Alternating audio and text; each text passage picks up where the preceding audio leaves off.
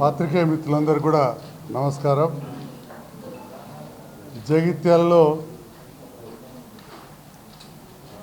BRS party వ్యవస్థాపక అధ్యక్షులు గారి నేతృత్వంలో జీవన్ రెడ్డి గారి చేరిక సందర్భంలో ప్రజా ఆశీర్వాద సభ అని పెద్ద ఎత్తున అని చెప్పి ఒక చిన్న గ్రౌండ్లో పెట్టారు. ఆ సభకు కూడా బీఆర్ఎస్ శ్రేణుల్లో చాలా వరకు కూడా అసంతృప్తి, రాష్ట్ర వ్యాప్తంగా ఒక ముసలం స్టార్ట్ అయినట్టు సోషల్ మీడియాలో చాలా వార్తలు వస్తూ ఉన్నాయి. వీటన్నిటికీ తోడుగా టీఆర్ఎస్ పార్టీ నుంచి మొదటి నుంచి ఒక ఉద్యమ నాయకునిగా ఉన్న హరీష్ రావు గారు ఈ సభకు వస్తలేరని తెలిసి నాకు ఆశ్చర్యం వేసింది. ఎందుకంటే బీఆర్ఎస్లో లేకముందు నుంచి కూడా ఉద్యమ కాలంలో బీర్పూర్ కావచ్చు, పట్టణంలో కావచ్చు, ఎప్పుడు కూడా వారు వచ్చేవారు. అంటే జీవన్ రెడ్డి గారు ఈరోజు చేరుతున్న విషయాన్ని రాష్ట్రంలోని ఎంతోమంది బీఆర్ఎస్ నాయకులు, ముఖ్యంగా ఉద్యమకారులు, ఇక్కడ వాళ్ళ మనోభావాలు దెబ్బతిన్నాయి. అసలు తెలంగాణ ఎందుకు అభివృద్ధి చాలన్న వ్యక్తి జీవన్ రెడ్డి గారు. తెలంగాణ ఎందుకు అభివృద్ధి కావాలి చాలు అని చెప్పి ఆ రోజు రాజశేఖర రెడ్డి గారు అన్న వ్యక్తి జీవన్ రెడ్డి గారు. జగిత్యాల ప్రాంతంలో టీఆర్ఎస్ పార్టీని అసలు ఎదగకుండా చేసి అనగదొక్కి ఉద్యమకారులను ఎన్నో రకాలుగా కష్టాలు పెడితే కౌన్సిలర్లకు పోటీ చేయడానికి కూడా ఎవరు రాలేదండి 2014లో. It's a fact.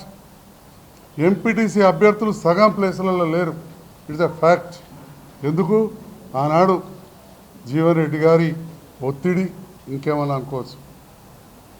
అలాంటి జీవన్ రెడ్డి గారు కాంగ్రెస్లోకి వస్తున్నట్టే, కాంగ్రెస్ నుంచి బీఆర్ఎస్లోకి వస్తుంటే ఒక ఉద్యమ నాయకుడైన హరీష్ రావు గారు స్వాగతించడానికి, అది కేటీఆర్ గారు ఇంటికెళ్ళి తీసుకొస్తే జగిత్యాలు వచ్చినట్టు నాకు కొంత సమాచారం. ఇదే జీవన్ రెడ్డి గారు కేసీఆర్ గారి దగ్గరికి వెళ్ళినప్పుడు కూడా కేటీఆర్ గారు ఉన్నారు, కానీ హరీష్ రావు గారు లేరు. మొన్నేదో సభకు చూడడానికి కేటీఆర్ గారితో వచ్చి ప్రెస్ మీట్ పెట్టి 4 మాటలు మాట్లాడిపోయాను. తప్పకుండా నాకైతే అనిపిస్తూ ఉంది, సోషల్ మీడియాలో కూడా చూస్తూ ఉన్నాం, కాళేశ్వరం ప్రాజెక్టు కట్టిన కేసీఆర్ను వీళ్ళను ఉరిదీయాలన్నారు. హరీష్ రావు గారు కూడా ఇరిగేషన్ మంత్రే. ఎవరన్నారు? జీవన్ రెడ్డి గారు కాళేశ్వరం ప్రాజెక్టు డబ్బులు వేస్ట్ చేసిండు, ఉరిదీయాలన్నారు. అన్ని ఛానళ్ళల్లో ఉంది, అన్ని మీడియాలలో ఉంది. మరి అలాంటి వ్యక్తి ఈరోజు బీఆర్ఎస్ పార్టీలోకి వస్తుంటే ఏ బీఆర్ఎస్ పార్టీలు నాయకులు హర్షిస్తారు? మరి కొంత సమాచారం సోషల్ మీడియాలో హరీష్ రావు గారు ఢిల్లీ బయలుదేరి వెళ్తూ ఉన్నారు, బీజేపీ నాయకులతో కలవబోతున్నారని చెప్పి సమాచారం వస్తూ ఉంది. టీఆర్ఎస్ పార్టీలోని ఎమ్మెల్యేలు, అన్న ఇప్పటికే కవితమ్మ వెళ్ళిపోయింది, మన దాంట్లోకి వెళ్ళి చీలికస్తా ఉంది, మనం ఇండ్లుండే జీవన్ రెడ్డిని ఎదిరిద్దాం, మీరు పోవద్దని చెప్పి కొందరు ఎమ్మెల్యేలు హరీష్ రావు గారిని రిక్వెస్ట్ చేస్తున్నట్టు తెలుస్తూ ఉంది. ఆ ఎమ్మెల్యేలు జీవన్ రెడ్డి గారు ఏ పార్టీలు ఉంటే ఆ పార్టీ ఎదగదు, అదొక ఐరన్ లెగ్ అని చెప్పి 83 నుంచి ఉదాహరణ చెప్పుకొస్తున్నారు. 83లో ఎన్టీ రామారావు తోటి ఉంటే ఎన్టీ రామారావును దించేయడం, భాస్కర్ రావు తోటి వెళ్ళడం, ఆ భాస్కర్ రావు పదవి 4 రోజులు కథం. ఆ తర్వాత 85లో కాంగ్రెస్లో చేరితే కాంగ్రెస్ అధికారంలోకి రాలే.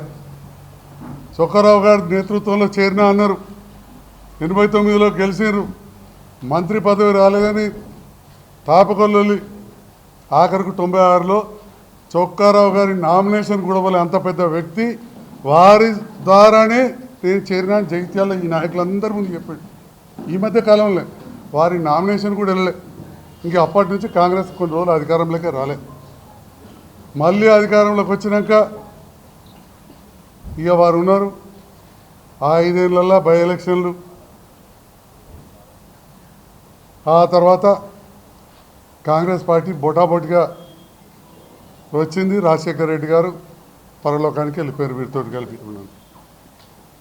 ఇక 14 నుండి కాంగ్రెస్లో ఉంటే ఈ ఐరన్ లెగ్ ఉండదని చెప్పి ఆ కాంగ్రెస్లో కూడా రాలే. ఆ మాట టీఆర్ఎస్ నాయకులు మాట్లాడుతున్న సోషల్ మీడియాలో వచ్చింది. మరి ఇప్పుడు ఈ ఐరన్ లెగ్ జీవన్ రెడ్డి గారు బీఆర్ఎస్లోకి వస్తే మనుగడ ఏముంటుంది అని చెప్పి చాలా పెద్ద ఎత్తున చర్చ జరుగుతుంది. ఎందుకంటే కాళేశ్వరం ప్రాజెక్టు కట్టినందుకు ఉరిదీయాలే కేసీఆర్ను హరీష్ రావును అన్న వ్యక్తి ఈరోజు పెద్ద ఎత్తున వారిని స్వాగతించి చేర్చుకునే ఆలోచన ఉన్నప్పుడు ఉద్యమకారులు సహజంగా ఆలోచన రావడం తప్పలేదు. ఎందుకంటే ఖచ్చితంగా తెలంగాణ ఎందుకు అభివృద్ధి ఉంటే చాలని ఈ మాట కేసీఆర్ గారు ఇలా అన్నాడు అని చెప్పి కూడా జగిత్యాల సభలో చెప్పారు. అలాంటి జీవన్ రెడ్డి మీకు అవసరమా అని కూడా అడిగారు. మళ్ళీ అలాంటి జీవన్ రెడ్డి గారిని ఈరోజు చేర్చుకోవడం అనేది ఎంతవరకు సమంజసం అని చెప్పి నేను మీ మీడియా ద్వారా నాకు తెలిసిన కొంత సమాచారాన్ని మీతో షేర్ చేసుకుంటున్నా. ఎందుకంటే ఈరోజు మేడిగడ్డలో ముఖ్యమంత్రి గారి సభ కూడా ఉంది.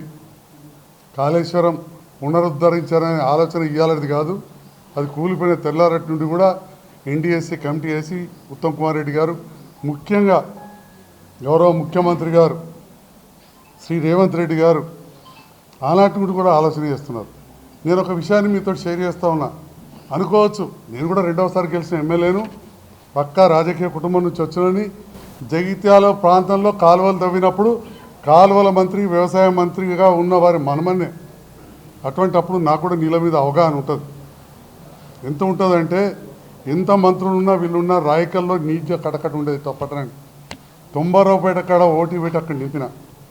ఇక్కడ అంతర్గామంలో రాజశేఖర రెడ్డి గారు వచ్చినప్పుడు చెరువులో నీళ్లు లేవు అంటే మంజూరు ఇస్తే సెకండ్ హ్యాండ్ మోటార్లు పెట్టి ఫెయిల్ అయితే ఆ చెరువు నింపిన. ప్రతి చెరువుకు ఎక్కడెక్కడ అవకాశం ఉంటే అక్కడ తూము పెట్టి చెరువులు నింపిన. అది వెల్దుర్తి కావచ్చు, లక్ష్మీపూర్ కావచ్చు, భూపత్పూర్ కావచ్చు. రోళ్లబాగ్ ప్రాజెక్టు గురించి నేను ప్రతిపాదనలు చేసినప్పుడు కవితమ్మకు. కాబట్టి నాకు ఒక వ్యవసాయ కుటుంబంకి వచ్చిన అవగాహనగా నేను ముఖ్యమంత్రి గారిని మార్చిలో ఒకసారి జస్ట్ ఎంపీ ఎలక్షన్స్ అభ్యర్థుల నిర్ణయాల ముందు నేను అభివృద్ధి కార్యక్రమం కోసం మరి కలిసినప్పుడు చాలా టైం ఇచ్చారు. అప్పుడే అన్నా నేను ఒక మాట, అది నేను కలిసినా కూడా వచ్చింది కానీ రాజకీయ కోణంలో వచ్చింది. సార్, ప్రజలు వర్షాలు బాగుపడ్డాయి, దాంతోపాటుగా ఈ పంపింగ్ కూడా కొంత జరిగింది. మరి నీటి విషయంలో ఆలోచిస్తుంటే తప్పకుండా చేయాల్సిందే, కానీ అది కూలిపోయింది కాబట్టి ఎన్డీఎస్ఏ రిపోర్ట్ రావాలి. సో దానికి కొంత టైం పడుతుంది, వచ్చినాక చేస్తామన్నారు. మరి దాని విషయంలో ఈరోజు ఏ నిర్ణయం తీసుకుంటారో మనం వేచి చూడాల్సి ఉంది. కానీ ఏది ఏమైనా జీవన్ రెడ్డి గారి చేరికను ఖచ్చితంగా ఉద్యమకారులు, పార్టీ శ్రేణులు, నాకు తెలిసినంతవరకు సోషల్ మీడియాలో చూసినంతవరకు హరీష్ రావు గారు, వారి మీద అభిమానం ఉన్న ఎమ్మెల్యేలు వ్యతిరేకిస్తున్నట్టు తెలుస్తూ ఉంది. ఇప్పటికే కవితం వెళ్ళిపోయింది, మళ్ళీ చీలిక రావచ్చనే ఒక భయం పట్టుకున్నది. కొంతమంది ఎమ్మెల్యేలు హరీష్ రావు గారిని మనం ఇళ్ళనే ఉండి జీవన్ రెడ్డి గారిని ఎదిరిద్దాం, పార్టీని కాపాడుకుందాం, బయటకు పోవద్దని చెప్పి రిక్వెస్ట్ చేస్తున్నట్టు కూడా సోషల్ మీడియాలో వస్తున్నది. నాకున్న సమాచారాన్ని ఈ మీడియా ద్వారా నేను పంచుకుంటా ఉన్నా. Thank you. సంజయ్ కుమార్ అనే జగిత్యాల ఎమ్మెల్యే ఎప్పుడు కూడా రాష్ట్ర స్థాయి రాజకీయాల్లో మాట్లాడంగా మీరు ఏ రోజు కూడా ఇల్లే. అసలు రాష్ట్ర స్థాయి రాజకీయాల్లోకి తీసుకెళ్ళి నన్ను పదే పదే విమర్శించి ఆ స్థాయిలో తీసుకెళ్ళారు. సంజయ్ కుమార్ అనే వ్యక్తి రేవంత్ రెడ్డి గారితో జగిత్యాల పట్టణ అభివృద్ధి, లైక్ యావర్ రోడ్ కావచ్చు, వివిధ అండర్ గ్రౌండ్ డ్రైనేజ్ పనులు కావచ్చు, గ్రామీణ ప్రాంతాల అభివృద్ధి కోసమే, అదేవిధంగా ఆగిపోయిన పులాస సీడ్ ప్రాసెసింగ్ ప్రాజెక్ట్ బిల్లు రాక ఆగిపోయింది, లక్ష్మీపూర్ది medical college, SP office, double bedroom projects, Indiramma ఇండ్లు, ఇవన్నీ కావాలని చెప్పే రేవంత్ రెడ్డి గారి జగిత్యాల స్థాయిలో చేరినాం. ఏనాడు కూడా నేను జీవన్ రెడ్డి గారిని వ్యక్తిగతంగా విమర్శించలేదు. నన్ను 10 మాటలంటే ఒక్క మాట కూడా నేను అనలేదు. అది వారిష్టం. కానీ బీఆర్ఎస్ ఉద్యమకారులు మాత్రం ఎవరు కూడా యాక్సెప్ట్ చేయరు. ఎందుకంటే నేను గౌరవ ముఖ్యమంత్రి రేవంత్ రెడ్డి గారితో కలిసి పనిచేస్తున్నప్పటి నుండి కూడా కొంతమంది బీఆర్ఎస్ శ్రేణులు, కొంతమంది మాత్రమే, ఎందుకంటే మీరు చూసారు నా ఇంటి మీదకి వచ్చినా మాట్లాడినా చాలా కొద్దిమంది, మెజారిటీ నాతోటే ఉన్నారు. కొంతమంది బీఆర్ఎస్ శ్రేణులు వ్యతిరేకించారు, చూసిరు మీరు. దాన్ని నేను క్లియర్గా చెప్తా ఉన్నా, ఈరోజు కూడా చెప్పిన మీడియాకు నేను కాంగ్రెస్ ప్రభుత్వంతో కలిసి పనిచేస్తున్న అభివృద్ధితోటి. సో బీఆర్ఎస్ శ్రేణులు ఆటోమేటిక్గా ఎవరైతే అనుకుంటారో వారు వ్యతిరేకిస్తారు, అలా డౌట్ ఏమున్నది.